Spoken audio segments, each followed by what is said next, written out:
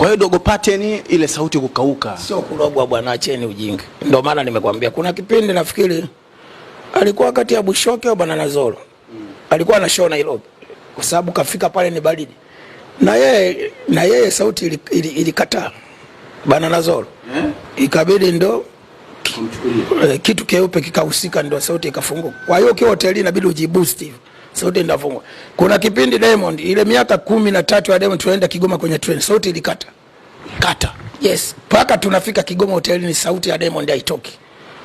Ndio ikabidi wakina Ricardo Momo na nani hotelini pale wakaagiza maji ya moto na limao, tumekaa hivi ndo akawa kwenye thermos ndo anakunywa wale maji ya moto na limao. Na mpaka anapanda jukwani ndo akapiga ile show sauti inatoka. Lakini tuko kwenye treni mpaka tumefika Kigoma, Diamond sauti imekata. Kwa sauti tulivyokuwa hotelini, mimi nakula kale keupe, yeye akawa kaletewa thermos ya maji ya moto na limao.